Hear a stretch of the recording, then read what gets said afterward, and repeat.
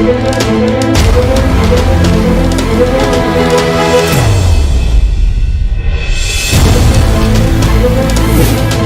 afternoon, I'm Sean Yao, and this is One News Now. The Senate has finally ratified the Regional Comprehensive Economic Partnership, or RCEP. Exactly 20 senators said yes to the world's largest trade pact. The RCEP is a free trade deal among 10 ASEAN member countries with Australia, China, New Zealand, Japan, and South Korea, which would lower or remove tariffs for select agricultural products. Senator Amy Marcos abstained from voting. She said that lawmakers should have considered the livelihood of local farmers and producers first before entering the agreement. Aking paninindigan hindi bilang kapatid sa kapangyarihan, kundi bilang anak ng legasiya ng aking ama, na laging unahin ang maliliit, ang mga nagsasaka ng lupa at ng lahat ng mga nangangailangan. Pahintulutan ninyo akong hindi lumahok sa botohang ito, di dahil umiiwas sa katungkulan, kundi hanggang sa panahong ito, bigo pa rin ang nakararami sa bukid. And for her part, Senator Risa Ontiveros was not convinced that the RCEP will not pose security and health risks to Filipinos.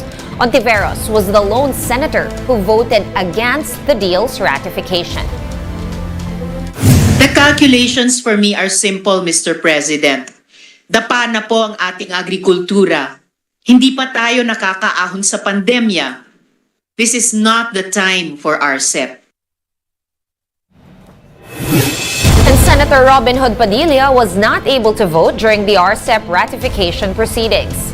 Here's why in his own words.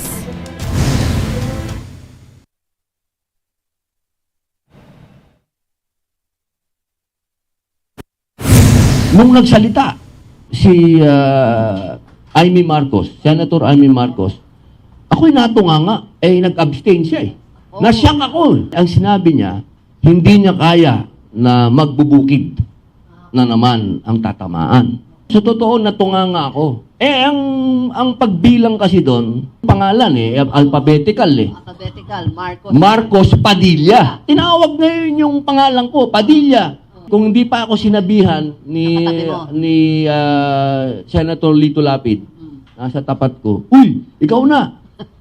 Tataas pa lang ako ng kamay, tinawag na yung iba. Kaya hindi ako nakaboto. Okay. Yun po ang yun ang nangyari. Nagtanong pa ako, paano yun? Hindi ako nakaboto. Wala namang sumagot sa akin dahil nagkapicturan na doon. On the other hand, the country's economic managers welcomed the RCEP's ratification. NEDA Secretary Arsenio Balisacan says the move will boost the country's position as an ideal investment hub in the ASEAN region. For Finance Chief Ben Diokno, RCEP is key to a more open and transparent trade and to an expanded market access of the country.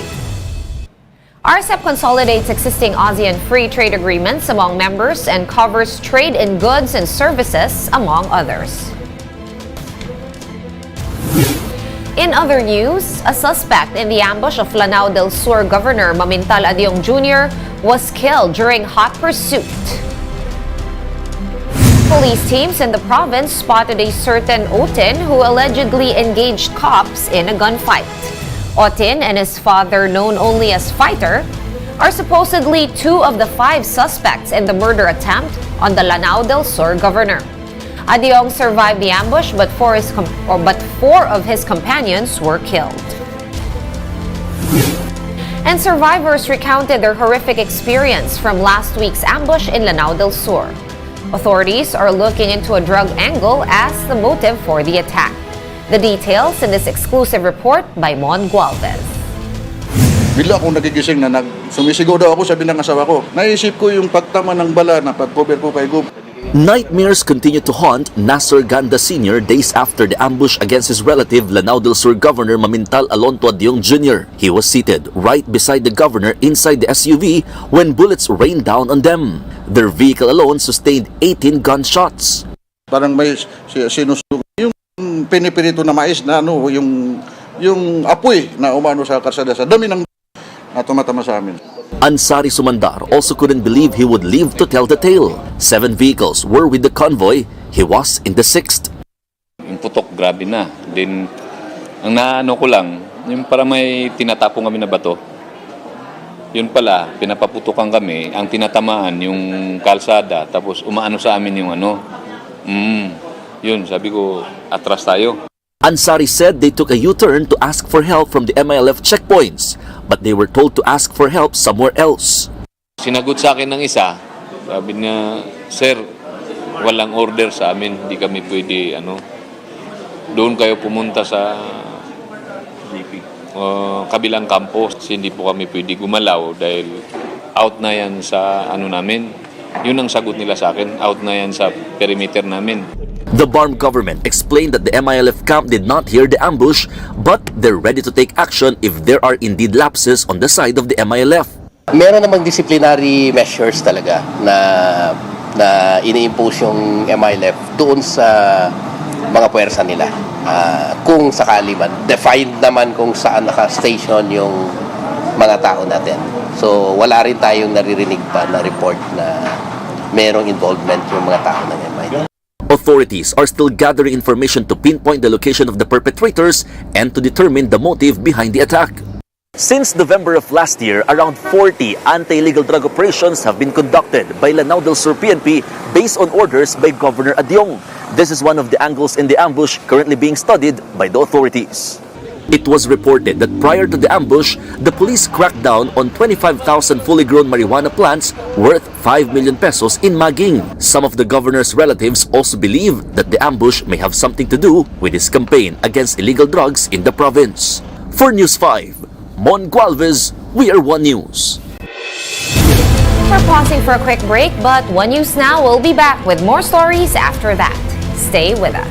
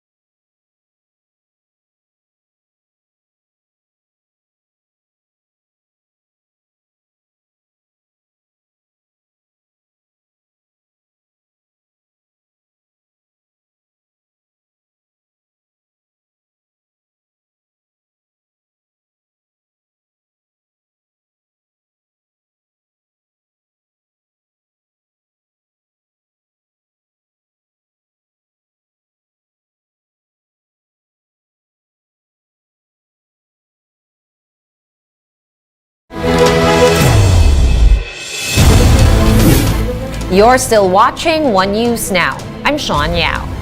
Russian President Vladimir Putin delivered his first State of the Nation address in nearly 2 years as Russia's war in Ukraine rages on. In his speech, Putin vowed to continue the fight in the Ukraine. He also accused the US-led NATO alliance of further intensifying the conflict by waging a global war against Russia and threatening its existence. The Western elites do not conceal their goals. As they say, it is their quote, to bring Russia a strategic defeat. What does it mean? What is it for us? It means to end us, once and for all. It means they plan to turn a local conflict into a global confrontation. We understand it exactly like that, and we will react to it accordingly. This is because in this case, it is about the very existence of our country. With this, Putin announced the suspension of Moscow's participation in the remaining nuclear arms control pact with the United States. The New START Treaty of 2010 limits the two sides' strategic nuclear arsenals. Experts are saying that Russia has the largest stockpile of nuclear weapons in the world, with close to 6,000 warheads.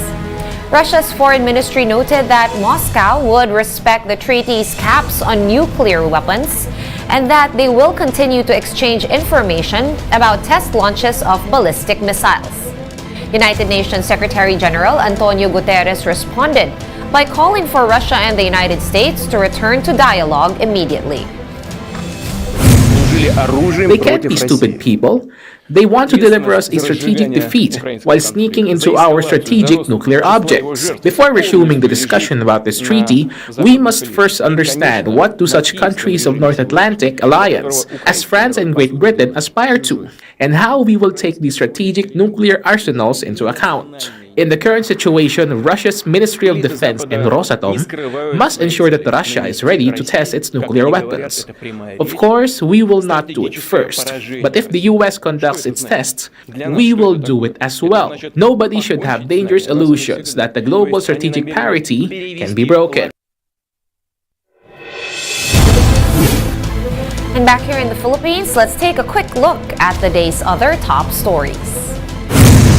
The Metropolitan Waterworks and Sewerage System, or MWSS, reports that the Kaliwa Dam is now 22% complete. The MWSS hopes to finish the construction in 3 years, with operations to start by 2027. The dam is expected to supply 600 million liters of water per day to Metro Manila and nearby areas. At least 60 families around the construction site have been displaced. The first team of rescuers is already near the site where the Cessna 340 plane crashed in Bicol. The team, composed of professional mountaineers, firemen, and locals, have hiked near the mouth of Mayon volcano. The aircraft carrying 4 people went missing on Saturday. And church officials are expecting thousands of devotees to flock to the Baclaran Church for Ash Wednesday. The customary placing of ash on the forehead has also been resumed inside the church after years of cessation due to the COVID-19 pandemic. Ash Wednesday marks the start of the Lenten season in the liturgical year. For more updates, visit News 5, The Philippine Star, and Business World online. Visit our website, onenews.ph, for more in-depth analysis. You can also catch One News on Signal Play.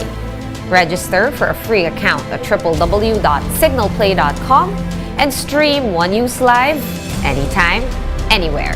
I am Sean Yao. We are One News.